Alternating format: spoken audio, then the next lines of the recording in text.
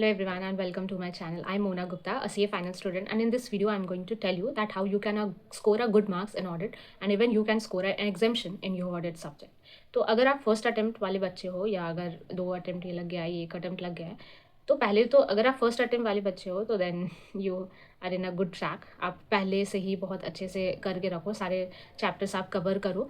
अगर सारे chapters cover नहीं हो रहे हैं तो ये ध्यान में रखो कि आप जो भी चैप्टर्स कर रहे हो वो बहुत ज़्यादा स्पेसिफिक तौर से आपने बहुत अच्छे से कंप्लीट कर रखा है ऑलरेडी। अगर आप कोई चैप्टर छोड़ना भी चाहते हो, लाइक मैंने चैप्टर नंबर 9 जो है डिफरेंट एंटिटीज़ वाला चैप्टर वो मैंने नहीं किया था। चैप्टर नंबर 5 जो है एफएस का, वो भी बहुत सारे लिमिटेड क्वेश्चंस मैंने किए थे।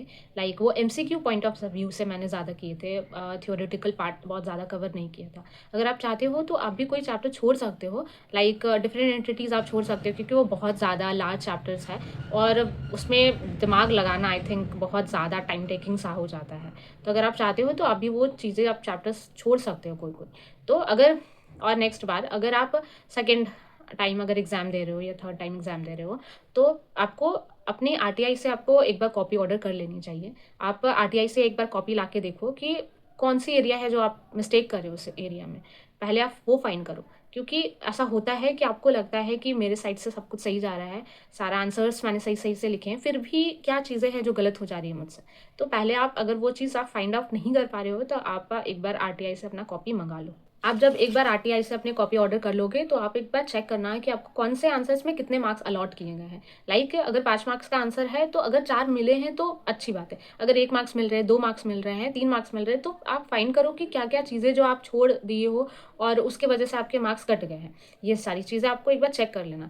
जितनी भी मिस्टेक है आप जब एक बार फिगर आउट कर लोगे तो फिर आपको अपनी दोबारा पढ़ाई स्टार्ट करनी है। आपको सारे चैप्टर्स कवर करने हैं अगर पॉसिबल हो पाएगा तो। अगर आप नहीं सारे चैप्टर्स कवर कर पा रहे हो, इट्स ओके। मैंने भी सारे चैप्टर्स नहीं किए थे, मैं भी डिफरेंट एंटिटीज चैप्टर छोड़ के गई थी। और चैप्टर 5 जो है एफएस जो है उसमें बहुत लिमिटेड टॉपिक्स मैंने कवर किए थे। लाइक वो एमसीक्यू, वो असर्शन वाला टॉपिक हो गया, फिर जो शेयर कैपिटल लॉ में जो रहता है शेयर कैपिटल वाला चैप्टर, उसके जो कुछ कुछ पार्ट्स होते हैं वो सब मैंने कवर किया था। तो वो एमसीक्यू के पॉइंट ऑफ व्यू से मैंने कवर किया था। आप चाहो तो आप अगर कंफर्टेबल हो और अगर आपका सारा पोर्शन हो गया तो आप चैप्टर 5 को कवर कर सकते हो, नहीं तो आप नहीं भी करोगे तो भी चलेगा मुझे लगता है। क्योंकि मैंने भी वो दोनों चैप्टर छोड़ दिया था और फिर भी मुझे एग्जामिशन आ गए 61 में मैं स्कोर कर पाई। तो आप भी अगर आपको लग रहा है कि जो आपने टॉपिक्स कवर किए हैं वो बहुत ज़्यादा इनफ है या एक चैप्टर्स में आपको बहुत ज़्यादा कमांड है, आपको लग रहा है कि हाँ कुछ इस चैप्टर से कोई भी क्वेश्चन आ जाए मैं कवर कर लूँगी या कर लूँगा, तो आप वो कर सकते हो कि आप चैप्टर छोड़ सकते हो, अदरवाइज आप कवर कर लेना। मैं तो बोलूँगी कि आप लिमिटेड ही चैप्टर्स करो, फिर इतने अच्छे से करो कि उसमें से कोई भी चैप्टर का कोई भी क्वेश्चन आ जाए आप उसका आंसर कर पाओ ना। आपको चैप्टर्स कौन से सीक्वेंस में करने हैं ऑडिट में?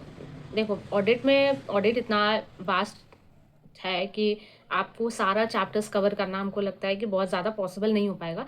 तो मेरे लिए क्या था कि चैप्टर 1 और चैप्टर 11 मैंने साथ में किया, फिर चैप्टर नंबर 2 आप कर सकते हो, फिर 10, देन और भी जो छोटे छोटे चैप्टर्स हैं आप वो सब सारा चैप्टर्स एक एक साथ कवर कर लेना। उसके बाद जो भी चैप्टर्स है जैसे बड़े बड़े चैप्टर्स हो गया, 7 हो गया कंप्लीशन एंड रिव्यू वाला, देन 8 हो गया, चैप्टर 8 हो गया ऑडिट रिपोर्ट। उसके बाद जो चैप्टर 3 है कंट्रोल वाला और 4 ऑडिट एविडेंस चैप्टर, आप वो लास्ट में कर सकते हो। उसके बाद चैप्टर नंबर 5 कर लेना अगर आप करना चाहो तो, वरना ये लिमिटेड चैप्टर्स जो है 11 चैप्टर्स है ऑलमोस्ट ऑडिट में, और मैं उसमें से 9 चैप्टर्स करके गई थी। तो 9 चैप्टर्स में ही मैंने 61 स्कोर किया। तो अगर आप उस चीज़ से प्रिपेयर करो कि जो भी आप चैप्टर्स कवर किए हो आप बहुत ज़्यादा अच्छे से किए हो, उसमें आपको कॉन्फिडेंस है कि बहुत ज़्यादा अच्छे मार्क्स मैं स्कोर कर सकती हूँ, तो आप लिमिटेड चैप्टर्स ही करना पर अच्छे से करना। मैं भी पहले ऐसी करती थी कि सारा चैप्टर्स मैं कवर करके जाती थी पर कोई भी चैप्टर जो है वो कंप्लीट नहीं करती थी। मतलब कुछ कुछ टॉपिक जो है वो छूट ही जाता था, पता नहीं, मतलब वो टॉपिक के बारे में मुझे पता नहीं था या मैं बहुत अच्छे से समझ नहीं पाती थी, इसके वजह से ये सारी चीज़ें होती थी। पर अब जब मेरा अटेम्प्ट लगा उसके बाद फिर मैं शुभम केशवानी सर का रिविजन का लेक्चर मैंने देखा। उसके बाद मैंने सारे एक एक कंसेप्ट मैंने फिर से समझे, फिर से मैंने उसे रिवाइज किया, याद किया, और बहुत सारे टॉपिक मैंने उस समय देखे कि ये सब टॉपिक था और मैं उसे कवर नहीं करके जाती थी, और वो सब से क्वेश्चन आते थे, क्वेश्चन नहीं आते थे तो एमसीक्यू आ जाते थे और वो सब मैं कर नहीं पाती थी। तो आप भी ऐसा करना है कि आप जो भी आप चैप्टर कर रहे हो आप फुल फ्लेज करके जाना है कि कोई भी टॉपिक आए, कोई भी क्वेश्चन आए, आप वो कवर कर पाओ बहुत अच्छे से। तो फर्स्ट थिंग तो ये हो गया है कि आपको अपनी मिस्टेक्स आइडेंटिफाइड करनी है कि आपकी कहाँ मिस्टेक्स हुई है। फिर आपको आइडेंटिफाई करना है कि कौन कौन से क्वेश्चंस हैं जिसमें आपको कम मार्क्स मिल रहे हैं और आप ज़्यादा मार्क्स स्कोर कर सकते थे। थर्ड, आपको सारा चैप्टर्स अगर आप नहीं कवर कर रहे हो तो भी लिमिटेड चैप्टर्स कवर करो और बहुत अच्छे से करो, सारे क्वेश्चन आप उसके अटेम्प्ट कर पाओ। उसके बाद फोर्थ नंबर, जो आप जितने भी क्वेश्चंस कर रहे हो, आरटीपी एमटीपी कर रहे हो या प्रीवियस ईयर क्वेश्चन आप सॉल्व कर रहे हो, वो सारे क्वेश्चंस आप अपने नोट्स बुक पे लिखो कि ये क्वेश्चन इस अटेम्प्ट में पूछा गया था। ये मार्क करने से क्या होता है कि वो रिपीटेड क्वेश्चंस, ऑडिट कोई भी थ्योरी सब्जेक्ट में प्रीवियस ईयर का क्वेश्चन बहुत ज़्यादा रिपीट होता है, तो आप अगर वो टॉपिक को आप मार्क कर लोगे अपने बुक में तो बहुत ज़्यादा अच्छा रहेगा कि आप उसे रिफ़र कर सकते हो इन फ्यूचर कि ठीक है ये पर्टिकुलर टॉपिक इस अटेम्प्ट में आया था, इस अटेम्प्ट में आया था। ये ईजी होता है कि आपको एनालाइज करने में कि इस टॉपिक में से क्वेश्चन इस बार पूछा जा सकता है कि नहीं पूछा जा सकता है। एक लाइक ABC एनालिसिस हो जाता है, ठीक है। जब सारा चैप्टर्स कवर कर लोगे उसके बाद फिर आपको उसकी रिवीजन करते रहनी है, रिपीटेड रिवीजन करना है आपको। अगर आप रिपीटेड रिवीजन नहीं करोगे आप वो भूल जाओगे टॉपिक। आपको हर सुबह आप सोच लो कि मेरा भी जब ऐसा हो रहा था कि वो ऑडिट के मार्क्स मतलब मेरा बढ़ ही नहीं रहा था, तो वही मैं करती थी कि रिवीजन मैंने लेक्चर देख लिया, अब वो डेली सुबह पहले मुझे वही रिवाइज करना है। पहले मेरा सीक्वेंस ये था कि चैप्टर 1 करती थी, चैप्टर 11 करती थी, ये दोनों चैप्टर मैं साथ में करती थी। फिर चैप्टर नंबर 2 करती थी, 6 करती थी और 10 करती थी, ये 3 चैप्टर साथ में करती थी। उसके बाद चैप्टर 7 और 8 करती थी साथ में रिवाइज, उसके बाद चैप्टर 3 और 4 करती थी। तो आप भी ऐसे करके सारा चैप्टर्स को आप बांट लो कि कौन कौन से चैप्टर्स को आप साथ में कर सकते हो, कि छोटा छोटा चैप्टर साथ में कर लो और जो भी लंबे लंबे चैप्टर्स है वो साथ में कर लो, ऐसे करके। तो आपको ये पता चल जाएगा कि कौन सा कॉम्बिनेशन ऑफ चैप्टर्स में आपको बहुत ज़्यादा कॉन्फिडेंस आ रहा है।